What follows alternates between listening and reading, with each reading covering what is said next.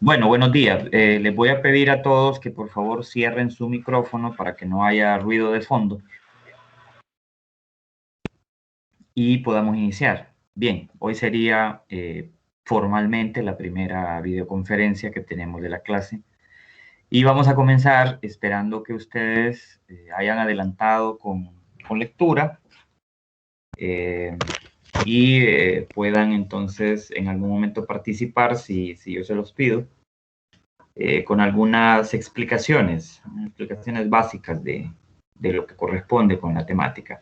Bien, yo ahorita les voy a compartir pantalla y por favor me dicen si cuando ya me indique la computadora que estoy compartiendo pantalla, me corroboren si ustedes están viendo la pantalla de Teams. Ahorita ya me envió el mensaje. Ok, perfecto. Bien, entonces, bienvenidos nuevamente. Hoy es lunes 24 de mayo y estamos por iniciar básicamente el contenido de la unidad 1, en donde vamos a tratar de ver varios temas principales en la unidad 1. Por un lado, hablar un poco de la diversidad de la vida en el planeta, con aquellas características particulares de cada grupo de seres vivos en el planeta. Vamos a tratar de, pues, hablar de las características que hacen diferentes a los seres vivos de la materia inerte que hay en el universo y en el planeta Tierra. Vamos a hablar un poco sobre la biología como ciencia, los alcances de la biología, lo que la biología como ciencia proporciona como conocimientos, no solamente conocimientos teóricos, sino como conocimientos prácticos a la humanidad, ¿verdad? Información, contenido que puede aplicarse día a día en diferentes áreas de la vida. Entonces vamos a iniciar con eso y también en la unidad 1 vamos a tratar de hablar un poco de la química de la vida, ¿verdad? De cómo los cuerpos de los seres vivos están formados y funcionan, cómo el funcionamiento corporal está basado en leyes de la química, ¿no? Y está basada en la interacción de moléculas en el cuerpo. Entonces vamos a hablar un poco de bioquímica y para eso tendremos que detallar lo que es el tema de las macromoléculas orgánicas, ¿no? Entonces vamos a ir hablando poco a poco de todo eso. Bueno, quiero iniciar con esto. Nosotros vivimos en este planeta, este globo terráqueo, que es básicamente nuestra única nave espacial que tenemos en el universo. Es el único planeta habitado conocido, ¿no?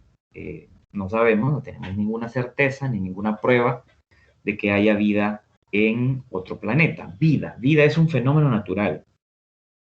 Cuando yo hablo de fenómenos naturales, me refiero a fenómenos que su existencia no depende del hombre, porque el hombre mismo es un ser vivo. Entonces, un fenómeno natural se da como parte de una serie de procesos naturales de la Tierra, en este caso en particular, porque vamos a estudiar nuestro universo inmediato, nuestro universo para hablar de la vida es la Tierra. Pero por supuesto, universo es una palabra que engloba todo lo que existe, no solamente en la Tierra, sino fuera de ella. Entonces, no existe ninguna evidencia que sustente que haya vida en otro planeta. Entonces, vamos a tratar de definir qué es vida, aunque no es algo fácil. El proceso, el fenómeno vida es un fenómeno, es quizás el fenómeno más complejo que existe, de todos los fenómenos que existen en el universo, es el más complejo. ¿Por qué? Bueno, porque incluso los que nos dedicamos a la biología, nos es difícil darle un concepto a la vida. Decir que es vida es algo complicado.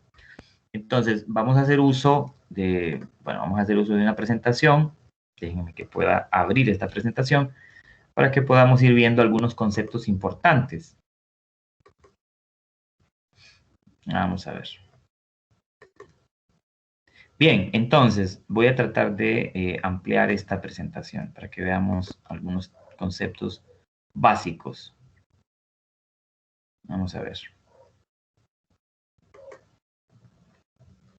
Bien, el estudio de la vida no es algo fácil, ¿no? Es algo complicado implica utilizar una cierta metodología estandarizada a nivel internacional para poder responder preguntas, porque básicamente la biología es una ciencia básica que se hace preguntas sobre el por qué, el cómo ocurren los fenómenos que rodean la vida y la vida misma, y tratar de dar una respuesta a esas preguntas, tratar de entender cómo funcionan esos fenómenos naturales, esos fenómenos que nos rodean, incluyendo cada especie de ser vivo, cómo se comporta, el por qué se comporta así y por qué interactúa de esa manera con otros seres vivos y con el planeta.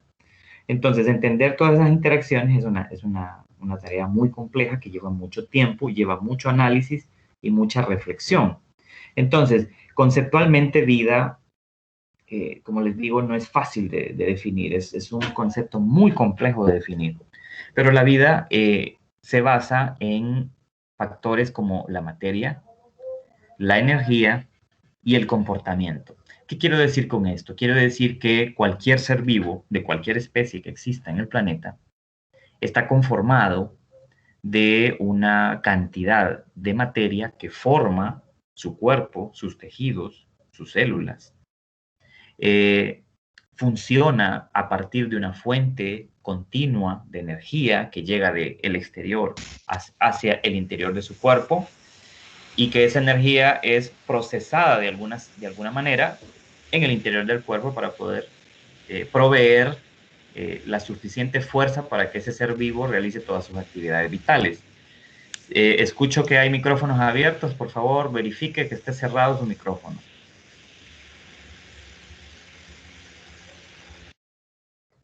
Perfecto, gracias. Por otro lado, también la vida implica un comportamiento. Cada ser vivo se comporta de manera diferente. Cada especie de ser vivo, incluso dentro de la misma especie, los comportamientos pueden variar, ¿verdad? De los individuos. Aunque sean de la misma especie, los comportamientos pueden variar. Entonces, no existe, como dice acá, un concepto unificado de lo que es vida, debido a que es muy complejo conceptualizar lo que es vida. La biología, esta ciencia básica que estamos emprendiendo un curso sobre ella, que del griego, que se deriva del griego bio, es vida, y logos estudio, el estudio de la vida, es un estudio científico, es un estudio técnico de la vida, utilizando un método estandarizado.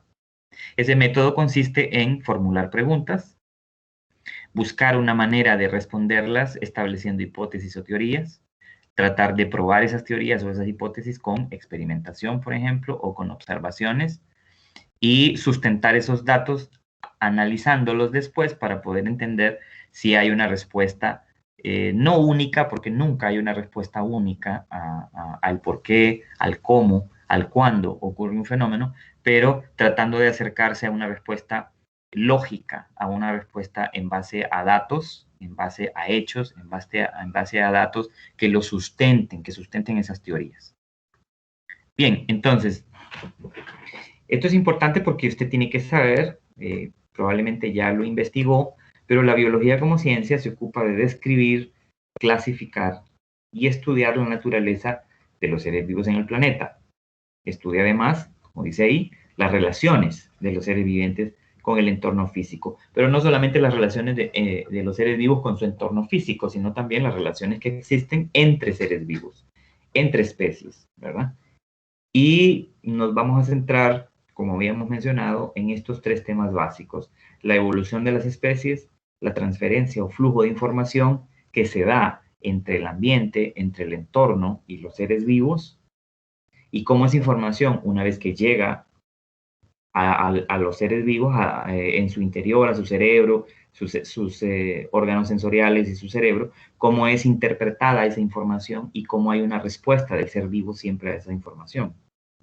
Y la transferencia o flujo de energía, cómo fluye la energía del universo a la Tierra, de la Tierra a los ecosistemas, de los ecosistemas a los seres vivos y de los seres vivos otra vez al ecosistema. Entonces, esos temas son los que nos vamos a centrar. Bueno, entonces, quiero iniciar diciendo que la biología es una ciencia que estudia las interacciones, la forma como se conecta un fenómeno con otro, cómo interactúa un fenómeno con otro. Cuando hable de fenómeno también me voy a referir a los seres vivos, ¿verdad? Entonces, los seres vivos somos un fenómeno, porque la vida es un fenómeno natural, un fenómeno que existe gracias a una fuerza superior a nosotros que estableció este orden en la Tierra y en el universo en general. No porque se haya dado al azar, ¿no? Porque en realidad la vida no es un fenómeno que apareció de la nada, como en algunas teorías se ha querido explicar, ¿no? Que la vida apareció en algún momento hace una cantidad de tiempo indeterminada o aproximada y que apareció de la nada, que fue una expansión de energía que dio lugar a la vida de manera espontánea y de manera no programada.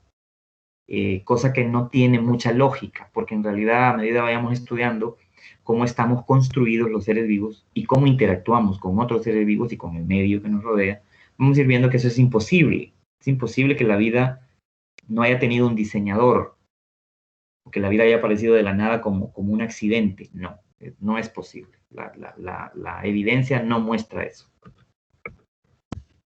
Bien, hay unos conceptos que usted tiene que considerar o que usted tiene que tener claro desde ahorita. Estos conceptos usted puede que los haya estudiado en otra clase, ¿no? Por ejemplo, en física. Y esos son los conceptos de masa, materia y energía. Masa, como dice ahí, es la medida de la cantidad de materia que hay en un objeto o en un ser vivo. O sea, que es una cantidad de materia. Eso es masa. Ahora, para saber o para entender mejor qué es masa, tenemos que saber qué es materia, porque masa dice cantidad de materia. Entonces, materia es todo aquello que tiene masa, volumen y forma, y que por tanto ocupa un lugar en el espacio. ¿En qué espacio? En todo el espacio que hay alrededor nuestro, o en el espacio que hay en el universo. Eso es materia, lo que tiene masa, volumen y forma, y por lo tanto ocupa un lugar en el espacio. Ahora, ¿qué es energía? Es la capacidad, como dice ese concepto, para realizar trabajo o transferir calor. Yo voy a agregar algo más aquí. Es la capacidad para realizar trabajo biológico o transferir calor. Trabajo biológico. Trabajo biológico es el resultado o es toda actividad que realiza un ser vivo, una célula viva. Es toda actividad que realiza esa célula en donde la energía mueve procesos o facilita que hayan procesos, como el movimiento, como la alimentación, como el desarrollo, como el crecimiento, como la reproducción. Entonces, todas esas acciones que realiza una célula a través de la energía se denominarán, y ahora en adelante ustedes tienen que tenerlo claro, trabajo biológico. Y el trabajo biológico solo es realizado por los seres vivos, desde una célula, desde una única célula. También energía dice transferir calor. Ya vamos a ir viendo por qué cuando hablamos de energía tendemos a hablar mucho de calor. Ya vamos a ir explicando eso con detenimiento. Bueno, bien, quiero que se fijen en esta figura. Si no están viendo nada o si no están escuchando nada, me dicen. Quiero que se fijen en esta imagen. Esta imagen es la imagen de una galaxia. Un cúmulo inmenso de estrellas, de cuerpos celestes, puede ser que de planetas, que están en alguna parte del universo, del infinito. Entonces, esa galaxia tan inmensa y tan incomprensible tal vez por su magnitud, por su grandeza, ¿qué relación lleva o conlleva o tiene con esta pareja de pericos? O sea, ¿qué relación habrá? ¿En qué se parecen? ¿En qué están conectados? ¿O de qué manera están conectados? Esta galaxia inmensa, con probablemente miles o millones de estrellas y una serie de fenómenos más, con esta pareja de pericos. O sea, ¿qué relación tienen? ¿Puede alguien que quiera comentar o que quiera dar una opinión, puede abrir el micrófono y opinar sin ningún problema? ¿En qué se parecen? ¿Cuál es la semejanza entre estos dos fenómenos? Que está por materia. ¿Están? Formado por materia. Están formados por materia. Con quién hablamos? A ver, ¿quién mencionó quién dio la respuesta? Larissa. Karen. Ok, Para mí, licenciado, que está formado, ambas están formadas por muchas partículas o células y ocupan pues un lugar en la en vida, el, en en el el espacio. espacio. En el Correcto. espacio. Correcto, Sí. sí. Claro, ocupan un lugar en el espacio y están formadas por muchas partículas. Sí, sí, sí. Lo que dijo la primera compañera también es totalmente correcto, ¿verdad? Es Mi nombre es decir, Jessica Mena. Jessie, Jessica Mena. Perdón. Jessica, muy bien, Jessica. Pues fíjense, miren, hay algo importante, recordemos algo. Esta galaxia está formada por estrellas o por planetas o por otros cuerpos celestes.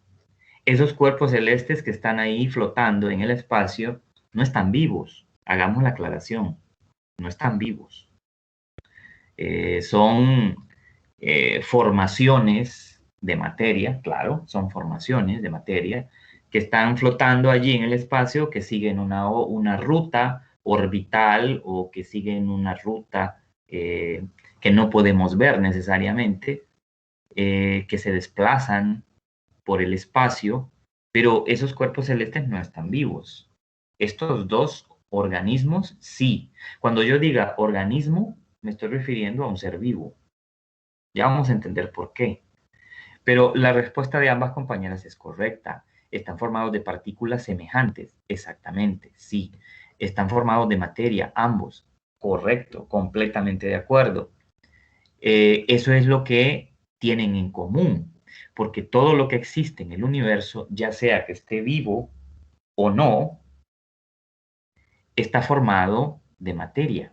Y la materia, como lo acaba de decir Jessica, son partículas. Son partículas que se pueden incluso estudiar y medir, porque tienen cantidades, porque esa materia se puede cuantificar.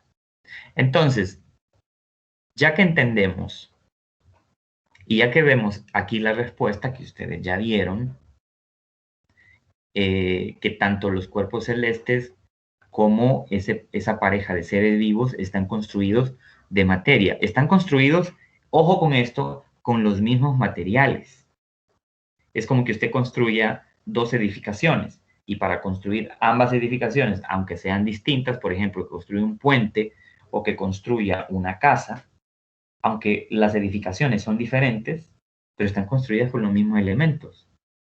Ahora, ¿cuáles son los elementos que forman la materia en el universo? Eso es lo que hay que tener claro. ¿Qué materiales se utilizan para construir tanto una materia inerte como un ser vivo? ¿Qué cosas son las que se utilizan? Y vamos a utilizar entonces esta diapositiva. Ustedes esto ya lo han visto, esta es la tabla periódica de los elementos. Hay más, ¿verdad? Esta no es la tabla completa. Ahorita hay más de 103, más de 118 elementos que el hombre ha podido estudiar en la Tierra. Pues estos elementos naturales, estos son elementos naturales. Los elementos naturales, como los conocemos, el carbono, el nitrógeno, el oxígeno, el hidrógeno, el sodio, el potasio, el calcio, etcétera, son elementos naturales. Existen en el universo no porque el hombre haya tenido algo que ver con eso. Si usted cree en Dios, o piensa que una fuerza más grande que nosotros construyó y elaboró todos estos elementos naturales y utilizó esos elementos para formar tanto galaxias, planetas, soles, cometas como seres vivos, está en lo correcto, porque es así. No lo digo yo, lo dice la evidencia científica y la evidencia ancestral. Entonces, esa materia no es más que elementos naturales.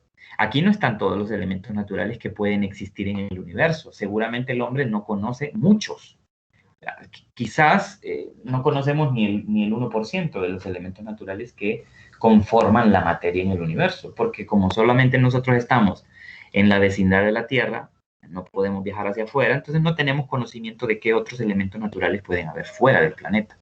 Algunos han caído por meteoritos y se han cuantificado y se han incluido en la tabla periódica de los elementos. Pero obviamente el hombre no sabe todo, el hombre no sabe casi nada de lo que hay en la Tierra, peor para que sepa lo que hay en el universo.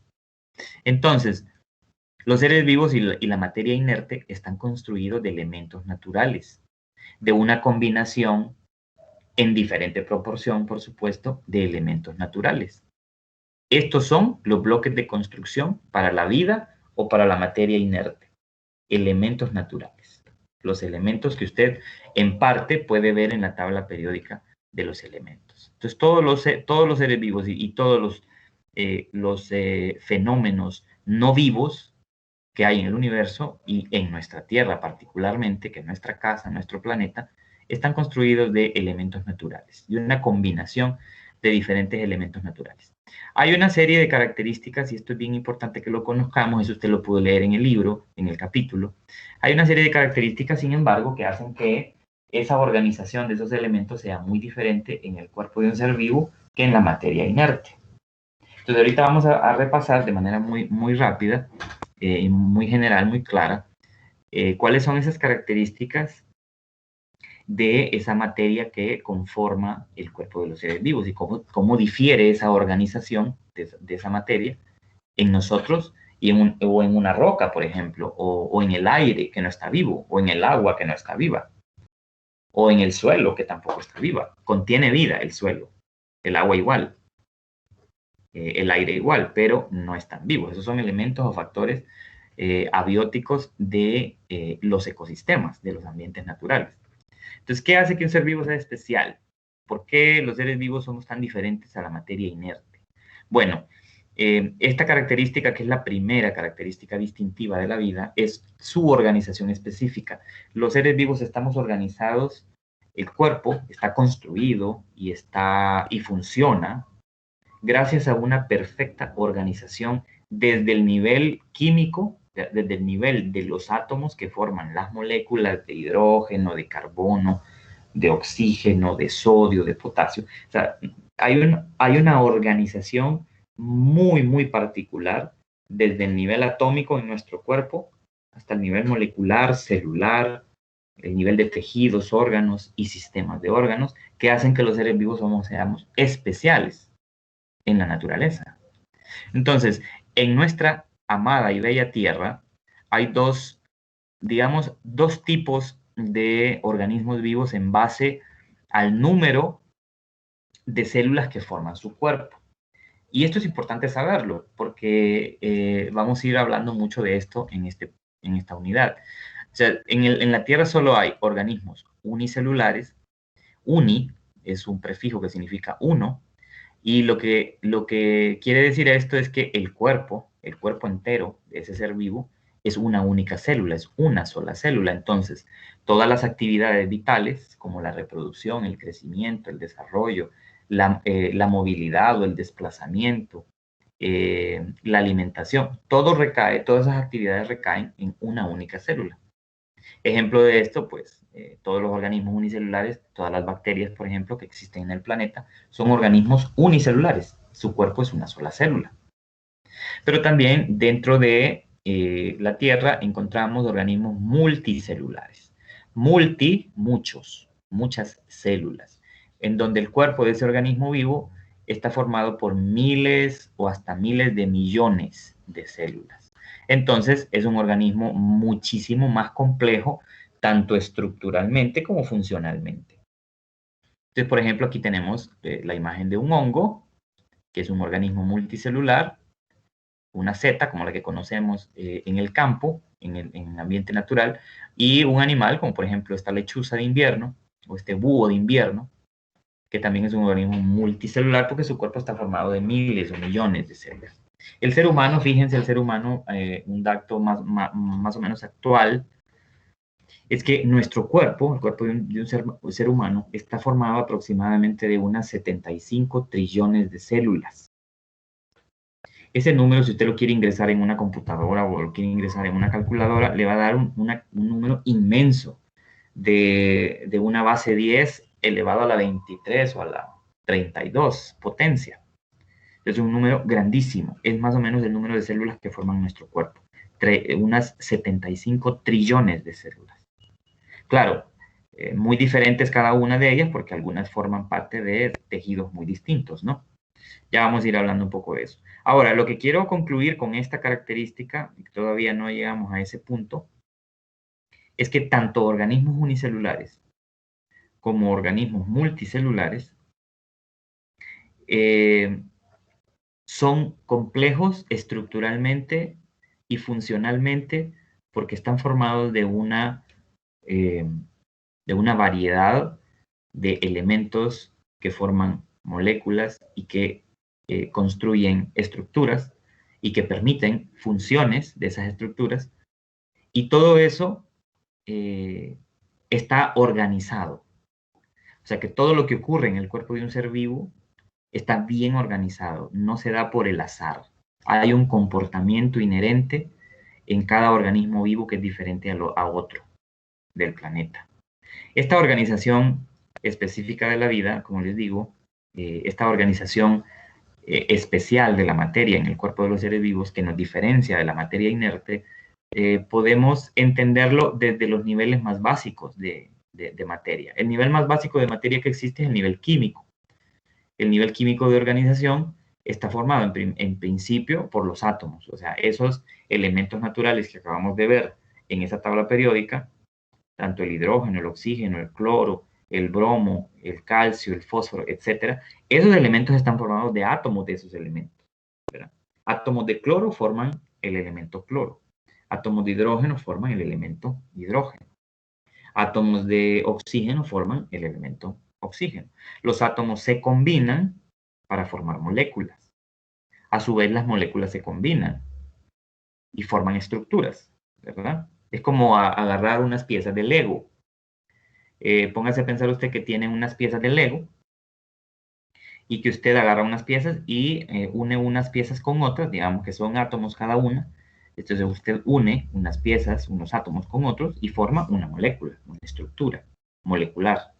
Luego sigue armando piezas, combina esas piezas con otras piezas, que es como combinar una molécula con otra molécula, y luego forma una estructura que tiene una función en el cuerpo de ese ser vivo. Entonces, desde el nivel químico nosotros estamos bien organizados.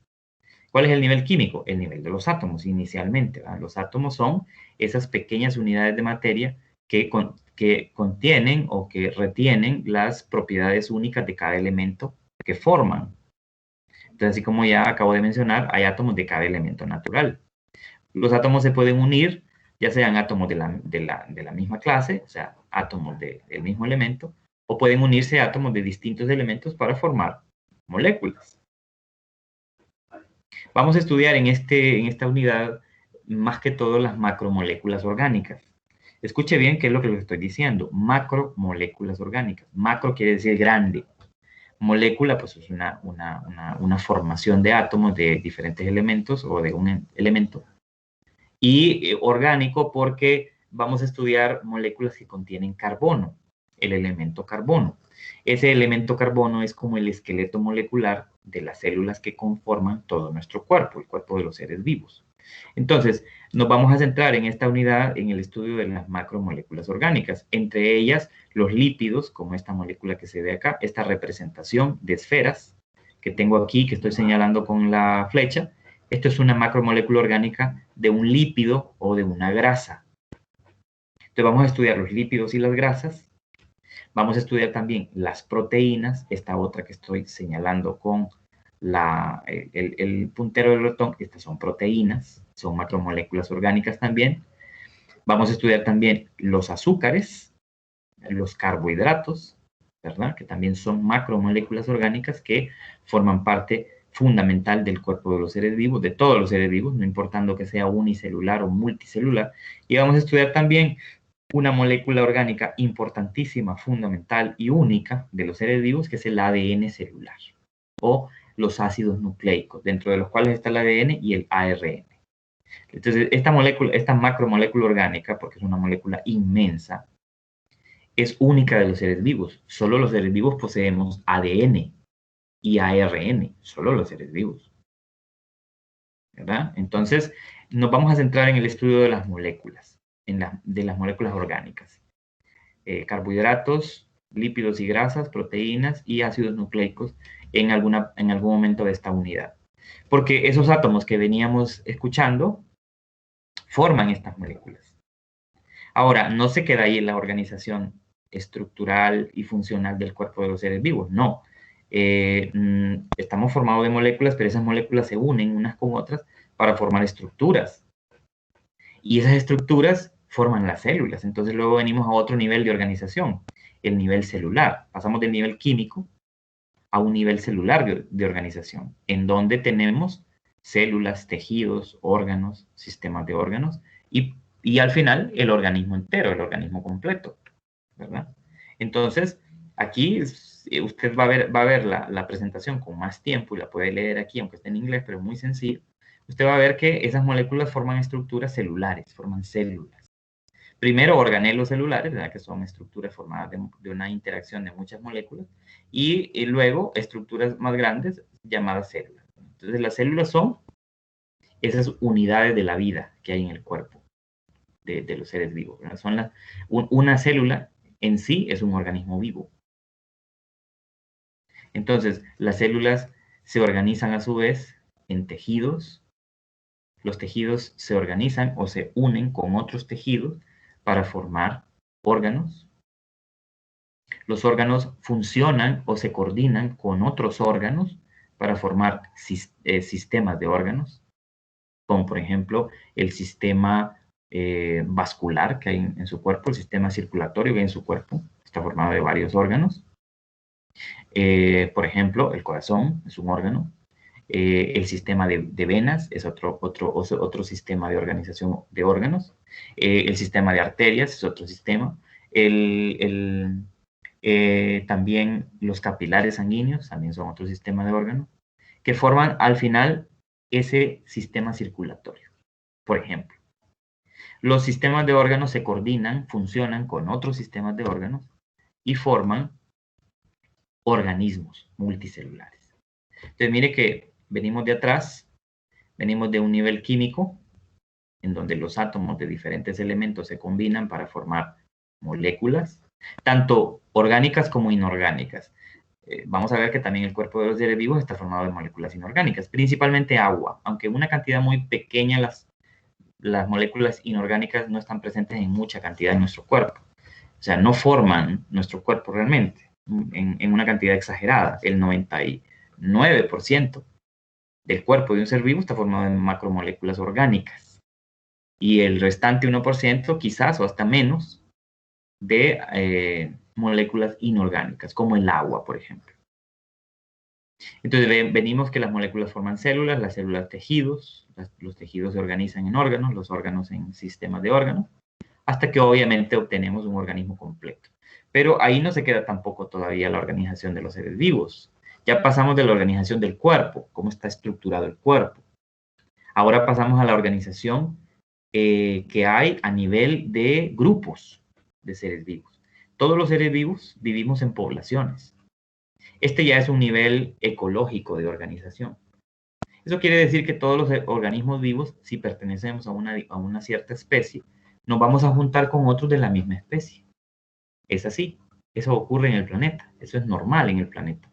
Los organismos vivos se juntan con otros de su misma clase, de su misma especie, y forman una población que interactúa junta con el medio también. Interactúan entre sí, interactúan en el medio. Entonces, las poblaciones están formadas, las poblaciones de seres vivos están formadas de organismos de la misma especie. Pero también hay comunidades biológicas. Las comunidades biológicas son grupos de poblaciones distintas, de distintas especies, ¿verdad? Que se juntan en un lugar, en un área, y que interactúan y que obtienen todo lo que ocupan del medio que los rodea, del ambiente que los rodea. Por ejemplo, aquí estamos viendo un arrecife de coral en donde tenemos una comunidad de muchas poblaciones de diferentes especies, de peces, de corales, de anémonas de mar, de babosas de mar, etcétera, que interactúan juntas en ese arrecife. Eso es una comunidad biológica. ¿De qué está formada la comunidad? De diferentes poblaciones, de varias o muchas poblaciones de diferentes especies. Y luego viene que todas las poblaciones y todas las comunidades de seres vivos en el planeta viven en un lugar, pues tienen una casa, un ambiente donde viven, donde comen, donde se reproducen. A esos ambientes naturales se les llama ecosistemas. Por ejemplo, ese arrecife que estamos viendo ahorita pertenece al Golfo de Aqaba, que es allá en el oriente, en Oriente Medio. Ahí es por el Mar Rojo, miren. Ese es un ecosistema, un ambiente natural en donde hay vida, muchas poblaciones de diferentes especies de organismos vivos, interactuando y obteniendo comida, obteniendo pareja, un lugar donde vivir, etc. Eso es un ecosistema. Y luego la Tierra engloba, digamos, a todos los ecosistemas que existen en el planeta. Cuando hablamos de ecosistemas, hablamos de muchos tipos de ecosistemas. Bosques nublados, bosques secos, praderas, desiertos, lagos, lagunas, costas, etc. Todos esos son ambientes naturales o ecosistemas naturales. Y entonces todos esos ecosistemas están englobados o están circunscritos a la esfera llamada Tierra. Por eso a la Tierra también se le llama biosfera. Bios, vida. Esferos quiere decir globo, el globo de la vida. Eso es biosfera, la Tierra, que engloba todos los ambientes naturales en donde hay vida.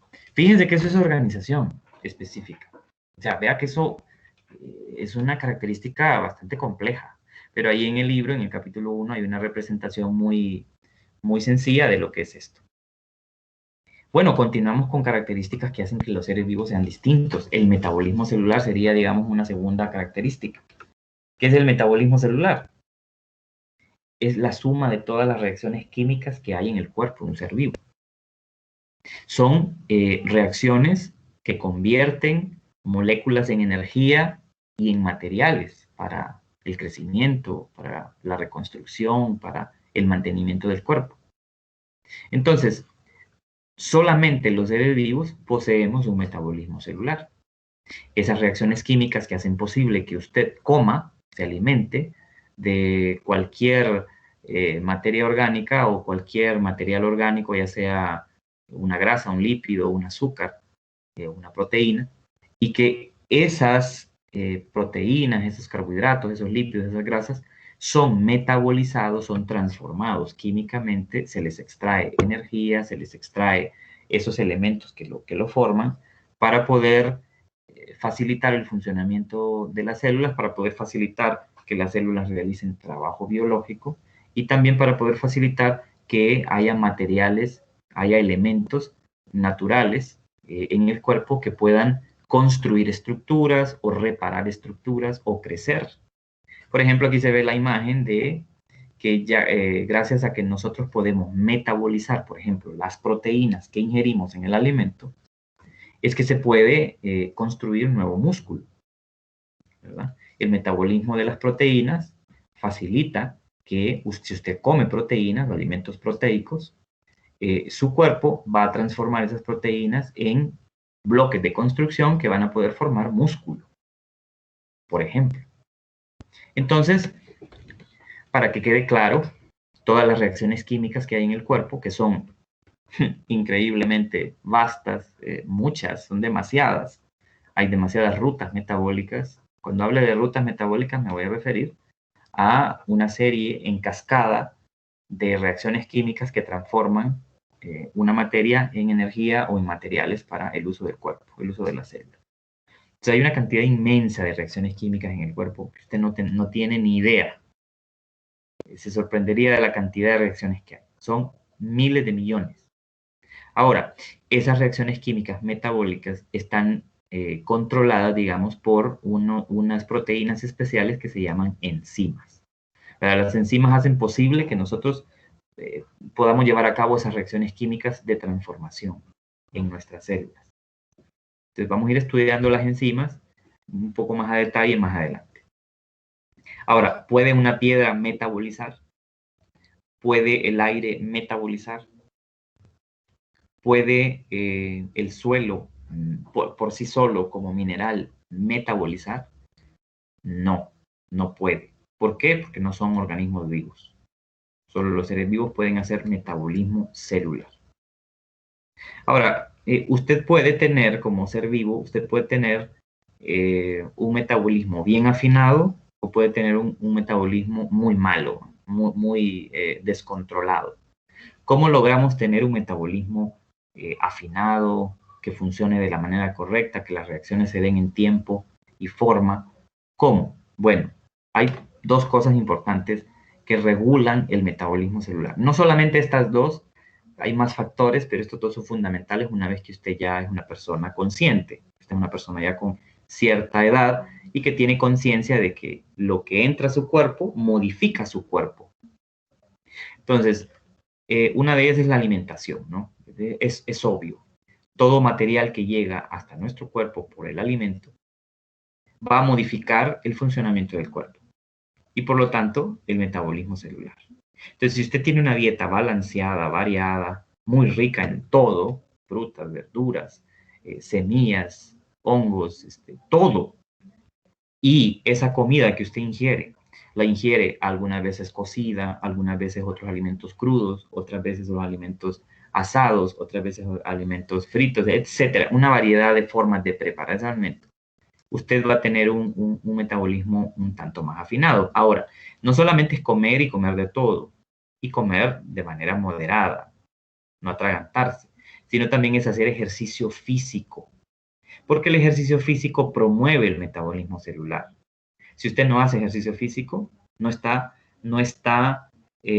facilitando que la maquinaria metabólica, que esas reacciones químicas se den de manera eficiente y se den siempre que tienen que darse. Entonces, una buena alimentación más ejercicio físico constante, no quiere decir todos los días, pero sí seguido durante la semana, 3 veces a la semana, etc.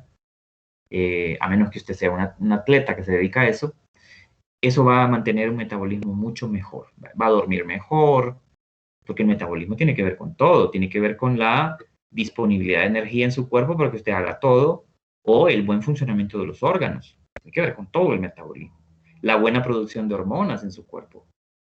Con todo eso tiene que ver el metabolismo. Entonces usted va a dormir bien, va a dormir el tiempo que necesita, va a metabolizar bien la comida, no va a tener problemas intestinales, etc. Entonces, ahora, si usted, por el contrario, come de forma desorganizada y solo come ciertas cosas, no come de todo un poco o relativamente de todo, sino que solo se lleva metido en Burger King, Pollo Campero, que Church's Chicken, que KFC, si solo vive metido en esos lugares comiendo este tipo de comidas, muy bajas en proteínas, muy altas en carbohidratos y en algunas grasas saturadas, entonces usted lo que va a tener es un metabolismo desorganizado, averiado y malo. Y si no hace ejercicio, sino que cuando llega a la casa lo que hace es que se va a tumbar a la cama o se va a tumbar al mueble y no hace ejercicio físico nunca, entonces su metabolismo no espere que sea bueno. Probablemente su memoria no sea buena, probablemente usted sienta calambres en todo el cuerpo o esté cansado y no sepa por qué, le duele la cabeza siempre, no duerma bien, etc. Esas son cosas fundamentales para el cuerpo, para el regular el metabolismo, ¿no? Hacer ejercicio y comer bien. Ahora, hay dos tipos de procesos metabólicos. Están los procesos de construcción de elementos o de moléculas, eso se llama anabolismo celular, y están los procesos químicos o metabólicos de degradación o de transformación de moléculas grandes en moléculas más pequeñas. Eso es catabolismo celular. Entonces, estas son dos rutas metabólicas que existen en el cuerpo. Las rutas catabólicas y las rutas anabólicas. Las rutas catabólicas son rutas de descomposición o de rompimiento de moléculas grandes a moléculas más pequeñas. Y en ese proceso de rompimiento de una molécula grande, lo que se hace es, ¿qué es lo que se rompe químicamente? ¿Qué es lo que se rompe metabólicamente? Se rompen los enlaces químicos que forman esa molécula grande. Cuando se rompen esos enlaces químicos, es como que usted esté desarmando una estructura de Lego. Usted va a obtener piezas más pequeñas, que van a poder moverse más fácilmente por la sangre, que van a poder ingresar o moverse más fácilmente entre las células o llegar a las células y ser transformadas a su vez en otras cosas, en energía o en un material necesario para el mantenimiento de la célula, o de un tejido, o de un órgano. Eso es catabolismo. Entonces, cuando usted come cualquier comida, no importa lo que sea, ¿qué es lo que usted está haciendo? ¿Qué procesos metabólicos se activan? Los procesos catabólicos. Porque usted está comiendo lípidos, que son moléculas grandes, usted está comiendo hidratos de carbono o carbohidratos, que son moléculas grandes, y usted está comiendo proteínas. Entonces, son catabólicos esos procesos cuando usted come porque empiezan a degradarse o a metabolizarse por medio de enzimas, esos lípidos, esos azúcares, esas proteínas, en moléculas más pequeñas que pueden fácilmente pasar hacia la sangre y distribuirse por la sangre y llegar a las células, y en ese proceso se está liberando energía. Se está liberando la energía de esos enlaces químicos que se están rompiendo. Eso se llama catabolismo celular. Entonces, el catabolismo celular es una ruta de producción de energía o de liberación de energía. Ahora, el cuerpo también sigue rutas anabólicas. El metabolismo que sigue una ruta anabólica, o el anabolismo en sí, es una ruta más bien de construcción, de síntesis, en donde el cuerpo toma moléculas pequeñas y construye a partir de esas moléculas pequeñas moléculas más grandes. Eso se llama anabolismo. Ahora, cuando usted construye algo a partir de piezas pequeñas, construye algo grande a partir de piezas pequeñas, está produciendo algo, está sintetizando algo y está gastando materiales, está gastando energía. Entonces, los procesos anabólicos no son de liberación de energía, no liberan energía. Los procesos anabólicos consumen energía. Por ejemplo, las células construyen enzimas para el metabolismo. Las células construyen vitaminas. Las células construyen hormonas. Esas hormonas, esas vitaminas son moléculas algo grandecitas que se construyen a partir de moléculas más pequeñas. Entonces, ¿cómo se construyen? Se construyen por rutas anabólicas, en donde hay que gastar energía, gastar materiales, invertir en materiales para poder formar esas moléculas grandes. Entonces, eso es anabolismo. Entonces, ambas rutas, como ustedes se fijan, son rutas que siguen cursos diferentes. Unas rutas son, las catabólicas son rutas de degradación, y las rutas anabólicas son de síntesis. Más adelante aquí hay un cuadrito, aquí en la diapositiva, donde ustedes pueden resumir o ver algunos ejemplos de algunos procesos que son catabólicos y algunos otros procesos que son anabólicos. Eso mírenlo usted más adelante. Bien, ¿cómo estamos con el tiempo? Que no veo la hora. Alguien me diga qué hora tenemos. 11:53. Perfecto, me voy a quedar voy a explicar esta ahorita, esta número 3, y seguimos el día miércoles con las otras, pero obviamente usted vaya estudiando ya estúdielo todo ya, termínelo para que cuando yo dé la explicación va a ser más sencillo. Esta es otra característica importante de los seres vivos, compañeros, es la homeostasis celular. ¿Quién de ustedes que me diga, que me comente, nunca había oído hablar de la homeostasis celular? ¿Quiénes no?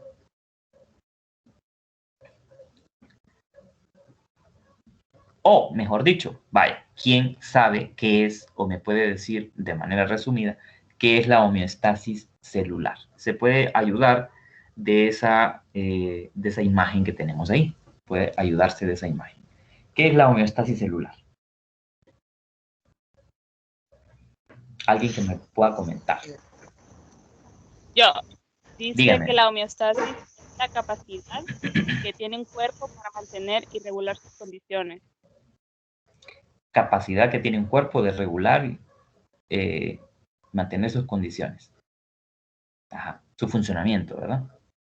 Ajá, alguien más que quiera aportar algo más. Está correcto lo que dijo la compañera.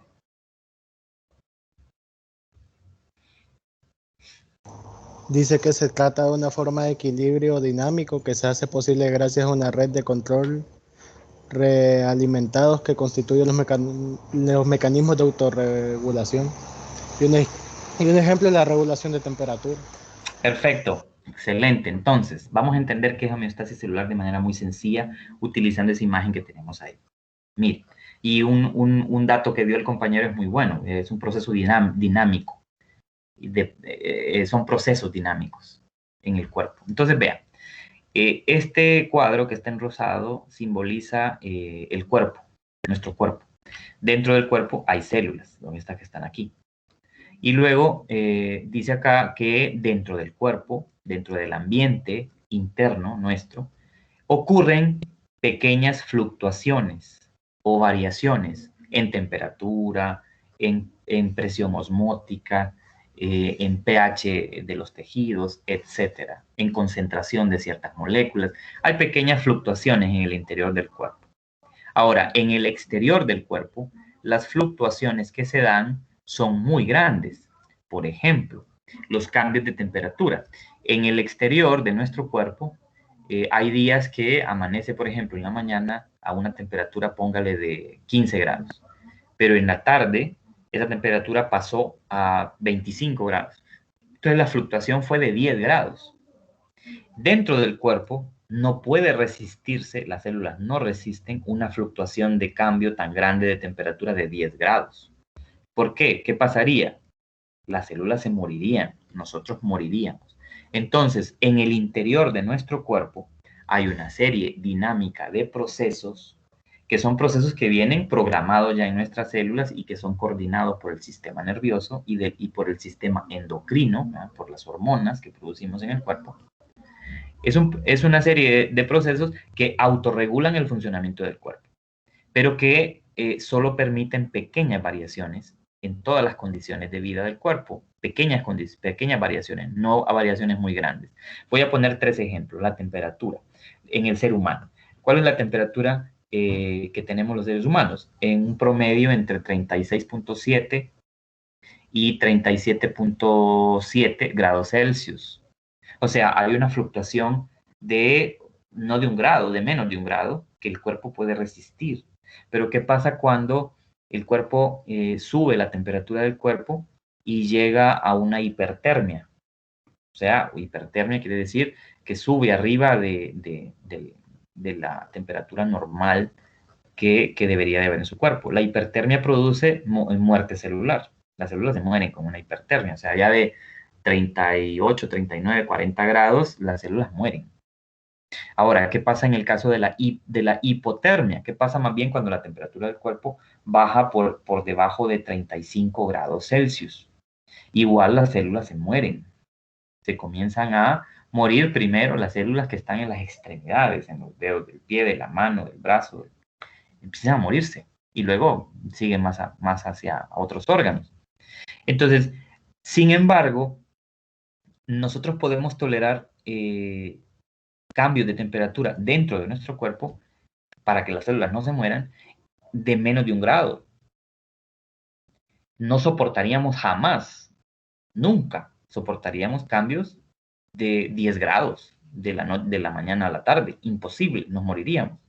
Entonces, ¿qué hace posible que nosotros, a pesar de que aquí afuera haya un cambio muy grande, en el interior de nuestro cuerpo, nosotros no muramos por esos cambios drásticos que hay allá afuera? Es la homeostasis celular. O sea, las células están programadas con una serie de procesos que se autorregulan. Si el cuerpo comienza a subir su temperatura, entonces hay una serie de procesos que se activan, o procesos homeostáticos que se activan para volver otra vez a la temperatura normal. Otro ejemplo, la concentración de azúcar. Cuando la concentración de azúcar es demasiado alta en la sangre, los procesos homeostáticos, ¿qué es lo que hacen?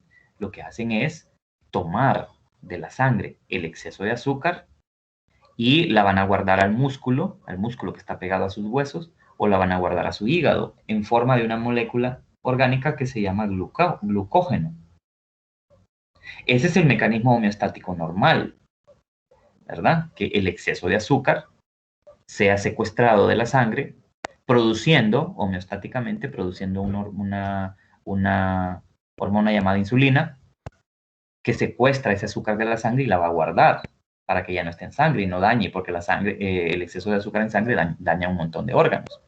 Si está ahí demasiado tiempo la sangre, el azúcar en la sangre. Entonces, ¿qué hace posible de que nosotros no mantengamos demasiada azúcar en sangre siempre? Bueno, mecanismos homeostáticos que lo que hacen es que regulan esa concentración, cuando se detecta que hay mucho, ese exceso se va a guardar a través de unas hormonas en unas partes del cuerpo. A algunas personas les falla ese mecanismo homeostático, son las personas que tienen diabetes, que no pueden, no producen suficiente insulina, entonces tienen que algunas estarse inyectando insulina para que se pueda dar ese proceso homeostático. De lo contrario, comienzan a tener un montón de problemas en diferentes órganos las personas que tienen ese problema. Otro ejemplo es el pH de la sangre. El pH de la sangre debe ser neutro. En la escala de pH, usted busca la escala de pH y va de 0 a 14, y el neutro es el 7, entonces la sangre tiene que tener un valor neutro de pH, porque no puede ser la sangre ni muy alcalina ni muy ácida. Cuando la sangre se comienza a poner alcalina o ácida, se activa un mecanismo homeostático que transforma esa acidez y la neutraliza, o que transforma esa alcalinidad y la neutraliza de tal manera que la sangre vuelva a estar, o no solamente la sangre, sino también en general los fluidos del cuerpo no tienen que tener un pH ácido ni básico, tienen que tener un pH neutro de 7. Entonces, los mecanismos homeostáticos autorregulan el funcionamiento del cuerpo de tal manera que las células no se muevan. Eso es homeostasis. ¿Existe homeostasis en la materia inerte? No. La materia inerte, una silla, un lápiz, una cama, el suelo, volviendo a esos factores abióticos del ambiente, el suelo, el aire, el agua, que no son seres vivos, no poseen homeostasis celular, pues no son seres vivos, ni siquiera están formados de células. Entonces vean que son cosas que hacen diferente a los seres vivos de los demás, de la materia que existe en el universo, de la demás materia que existe en el universo. Usted siga revisando esto, lo vamos a terminar el día de mañana, pero siga revisando esta presentación, termínela para que podamos concluir con ese tema el día miércoles. Recuerde que nos vamos a reunir los lunes y los miércoles. Pues usted vaya avanzando. Cuando termine de ver esa presentación, váyase a las siguientes presentaciones en donde se hablan de cada uno de los grupos de seres vivos, porque vamos a hacer una conexión con eso y una explicación, por supuesto, pero usted tiene que ir leyendo. No ve la presentación, es que ya la quité. Entonces por eso no la mira, pero ahorita tienen que estar viendo... o no la ve en el aula, eso es otra cosa. Debe estar en el aula, pero Daniel, abra su micrófono y me dice de dónde no la vio, si no la vio aquí en la pantalla o no la vio en el aula. Daniel, Alejandro.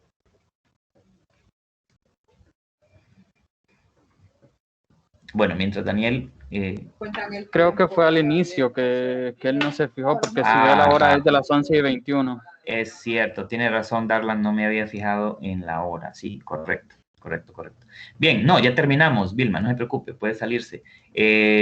Continúen, terminen para el miércoles esa presentación y sigan más adelante, sigan con los demás temas de la unidad 1, porque ustedes adelanten, ¿verdad? No vayan al mismo ritmo que yo. Yo voy explicando, pero yo voy más lento que ustedes. Entonces, Valerie. ¿Sí, Valerie? Yo tenía una consulta. Fíjese que a mí no me ha agregado al equipo de Teams. Entonces, no sé si me puede ayudar en eso. Valerie, sí. Déjeme anotar.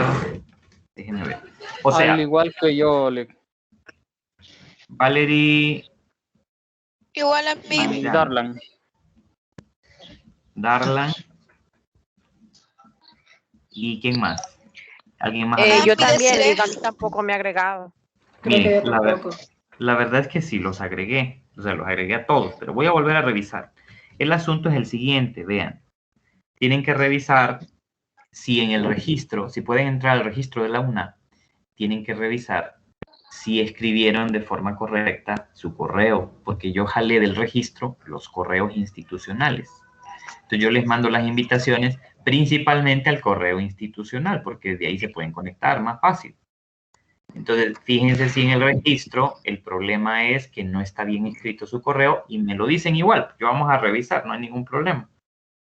Entonces, si quieren, para que sea más fácil para mí, escríbanme al chat de WhatsApp y me dicen, no estoy agregado a Teams, y ya yo veo el nombre, lo anoto y más tarde reviso. ¿Sí? Bueno, entonces, eso referente a esto, de que ya terminamos en realidad. Nos veríamos el miércoles. Sigan con el contenido. Yo cualquier anuncio les los hago llegar por el chat y por el aula. Terminamos ahí. Gracias. Feliz día. Por nada. Gracias, Feliz día y buen provecho. Gracias. Buen provecho. Feliz día, muchas gracias. Por nada. Buen día. Feliz día. Buen día. Gracias, Buen día. licenciado. Por nada, buen día. Un provecho. Licenciado. Gracias. Igual a ustedes. Gracias, Lick. Por nada.